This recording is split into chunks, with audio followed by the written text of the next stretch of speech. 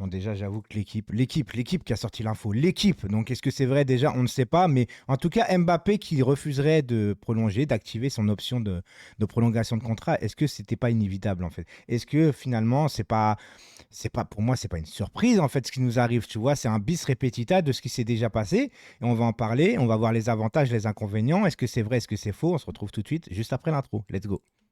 Hey, hey, okay, let it be known. I'm working hard when I ain't on the phone. This ain't a home, this ain't a phone. Grind never stopping, I'm keeping it cold. Unlocking the door with the holy key. You supposed to be this close to me, and hopefully you understand G.O.D. Maybe this cold enough. Alors, selon l'équipe, et je le dis bien à chaque fois parce que ça, c'est important de le dire quand même, selon l'équipe, même si après, ça a été repris par pas mal de médias, mais la source principale reste l'équipe. Et on sait que l'équipe, il y a beaucoup d'infos qui sont réelles, mais aussi beaucoup de fakes pour faire parler.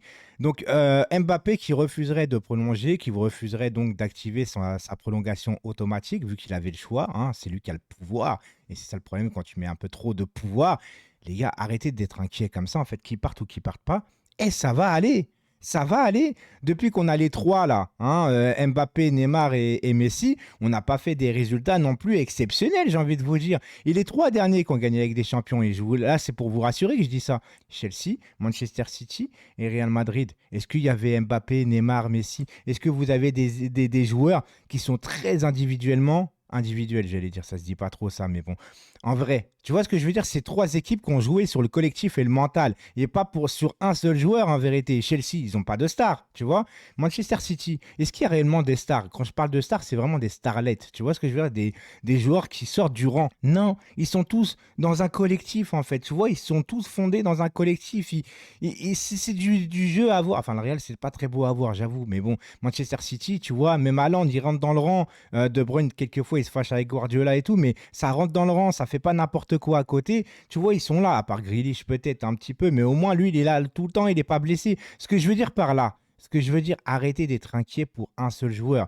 Déjà, les Léo sexuels, ils sont partis. Les Mbappé sexuels, je vais les appeler comme ça aussi parce que les gens, ils vivent que pour des joueurs. Oh, Mbappé, s'il part, moi, je vais arrêter de supporter le Paris Saint-Germain. Mais t'as pas honte de dire ça? Mais t'es né hier, toi, c'est pas possible en vérité.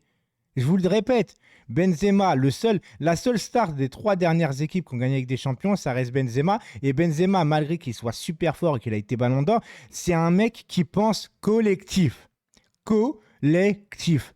Alors je dis pas qu'on va trouver meilleur que Mbappé s'il part, mais la logique des choses, ce serait quoi si Mbappé ne veut pas prolonger, etc., avant de le perdre gratuitement? Non, parce que pour moi, ça, l'image, ça serait terrible. Mais je connais les Qataris.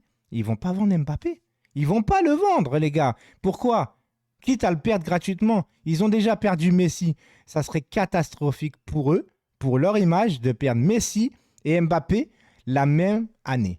Pour moi, j'arrive pas à croire qu'ils vont vendre Mbappé, en fait, qu'ils vont se dire, bon, bah là, on en a marre de se faire marcher dessus, etc. Il nous prend en otage, nanani, nanana. Et après, il y a une autre solution, hein. Après, je vais en parler, bien évidemment.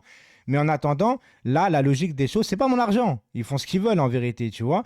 Mais c'est reste quand même mon club. Enfin, mon club, non, ça m'appartient pas non plus, mais je suis amoureux de ce club. Et le truc, c'est que tu serais tranquille au niveau du fair play financier, parce qu'il est quand même là encore, le fair play financier, tu vois. Et tu vends Mbappé, tu peux recruter sereinement, en vrai. Mais là, tu le laisses partir gratuitement après pour faire des recrues et tout. T'es un peu dans l'embarras. Mais ils vont vouloir le garder jusqu'au bout parce qu'ils vont espérer jusqu'au dernier moment qu'il prolonge au Paris Saint-Germain. Et peut-être que ça a accéléré les choses aussi dans la tête de Mbappé, le fait que Benzema soit parti.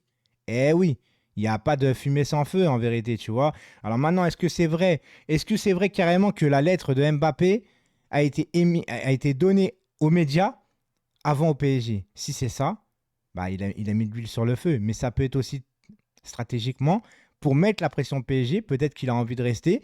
Et il leur dit, écoutez, là, l'année dernière, j'ai prolongé et tout ça. Vous m'avez promis des choses. Vous m'avez ramené Galtier alors que je voulais Zidane, par exemple, et des trucs comme ça. Peut-être, tu vois. Et là, peut-être qu'il leur met la pression, médiatiquement, etc., pour avoir un truc qui bouge réellement. Mais est-ce que ça va bouger au Paris Saint-Germain? J'en sais rien. Alors, au niveau des recrues, je vois qu'on accélère les choses quand même, tu vois. Et je vous le rappelle, Galtier, pour le moment, est toujours entraîneur du Paris Saint-Germain. Alors, c'est fini, j'espère. Je l'espère, oh putain, imaginez Galtier encore entraîneur l'année prochaine. Non, je ne veux même pas imaginer ça. Mais à un moment donné, Dépêche-toi de faire venir un entraîneur pour pouvoir coordonner avec les recrues que l'entraîneur veut, tu vois. Dépêche-toi d'avoir un entraîneur. Comment ça se fait que l'entraîneur, il n'est pas encore là, il n'est pas choisi? Parce qu'à mon avis, dans ta tête, tu as un entraîneur que tu veux absolument. Et là, je dirais même pas c'est qui parce que j'en sais rien de toute façon. Même si j'ai des idées, j'ai même pas envie d'en parler de ça. Tu as un entraîneur que tu veux et jusqu'au dernier moment, tu vas le vouloir. Et si tu l'as pas, tu vas te retrouver à prendre un entraîneur pratiquement au hasard au dernier moment avec des recrues que tu auras choisi qui n'est pas en coordination avec l'entraîneur, et ça va être une catastrophe nationale. Qu'est-ce que vous ferez, vous? Moi, les gars, moi, je le vends. Ouais, mais tu te rends pas compte. En plus, Neymar, il revient qu'en novembre, il sera pas là, il sera tout le temps blessé. Oui, les gars, mais à un moment donné, il faut... Est-ce que vous voulez redevenir un grand club, en fait? Enfin, devenir, surtout. Devenir, parce que oui, on est un grand club au niveau national. Mais désolé de vous faire mal à certains supporters du PSG qui ont un peu un ego surdimensionné, mais au niveau sportif européen, on n'est pas un grand club. On l'est au niveau de l'image. Mais ne me dites pas qu'on est un grand club. En 12 ans que les Qataris ont le PSG, on a fait 2 fois dernier carré. Voilà, c'est tout. On a réussi à atteindre les demi-finales que 2 fois en 12 ans. Oh, mais c'est déjà ça, pardon. Avec ce que tu as investi, avec ton ambition, sur 12 ans, tu fais 2 fois demi-finale, tu me dis que c'est suffisant, toi? Tu manques d'ambition, clairement, Coco. Ah bah oui, tu manques d'ambition. Tu peux pas te permettre de juste te dire, bon, bah, on a gagné la Ligue 1, non. C'est bien de gagner la Ligue 1, mais tu as un tel effectif et un tel budget que, heureusement, que tu gagnes la Ligue 1. Mais là, avec le budget, ta vraie réalité, tu vois, ton vrai révélateur, ça reste la Ligue des Champions. Et la Ligue des Champions, c'est un flop. C'est un flop total. Et pourtant, tu as acheté des stars. Pourtant, tu achètes à chaque fois, tu es là en disant, cette fois, ça va être lui. C'est le facteur X. Non, c'est pas comme ça. C'est pas en prenant un mec qui vient de je ne sais où parce qu'il a tout gagné ailleurs et qui en plus, il avait un truc autour de lui où tous les joueurs couraient pour lui. Par exemple, pour Messi, tu recrutes Messi, sauf que le Messi que tu recrutes, il n'est pas compatible avec ton équipe. Tu le prends juste pour l'image parce que aussi tu te dis peut-être dans un coin de ta tête, ah ben c'est quand même Messi, il va peut-être... Non, pensons un peu plus collectif les gars. Il vaut mieux avoir un jeu mieux huilé, avoir des joueurs un peu moins forts, mais que tout fonctionne correctement sur le terrain. Bien sûr qu'Mbappé est très fort. Bien sûr qu'Mbappé, il porte le Paris Saint-Germain très souvent. Bien sûr qu'Mbappé, il n'y a plus que lui qui fait les différences tout seul. Et bien sûr que ça va nous manquer sur le terrain. Mais peut-être que sans Mbappé, tu vas recruter peut-être un peu plus de milieu de terrain et des attaquants, alors qu'ils seront peut-être des attaquants sûrement même moins forts, mais avec un meilleur milieu de terrain et des attaquants, peut-être qu'enfin, on va avoir un collectif, on va apprendre du plaisir et qu'on va peut-être aller plus loin en Ligue des Champions, tu vois. Je ne fais pas comme c'est quand j'oublie la finale et la demi-finale, hein, loin de là. Mais quand même, sortir souvent en 8e de finale, moi, ça me fait mal, les gars. Ça me fait mal.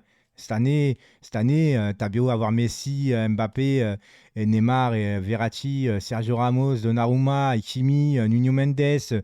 Je vous en sors des joueurs quand même. Et on a fini 2e de Ligue des Champions. 2e derrière le Benfica. Pour vous, c'est suffisant, ça? Donc ça veut dire une chose. Des stars, c'est bien. Un collectif, c'est mieux. Et arrêtez, s'il vous plaît, arrêtez de vous morfondre pour un joueur. Il y a eu des joueurs avant. Il y a eu des joueurs. Il y aura des joueurs après. Il y a des joueurs pendant. Les seuls qui vont rester, ce sont nous. Les dirigeants seront là et seront partis bien plus tard. Le Paris Saint-Germain, ça reste nous. Et arrêtez de croire, s'il vous plaît, qu'un seul joueur peut tout changer dans une équipe comme ça, surtout quand il n'y a pas de collectif. On est le Paris Saint-Germain, on doit rebondir. Dans tout grand club, il y en a, ils perdent leurs meilleurs joueurs, ils rebondissent après. Regardez le Real, ils ont encore gagné avec des champions, CR7 est parti, alors c'est pas le même âge. Mais en attendant, voilà, ça vit, ça continue. Voilà, c'est tout. Qu'est-ce que vous voulez que je vous dise d'autre? Arrêtez de vous morfondre, arrêtez de pleurnicher, arrêtez de faire les gamins.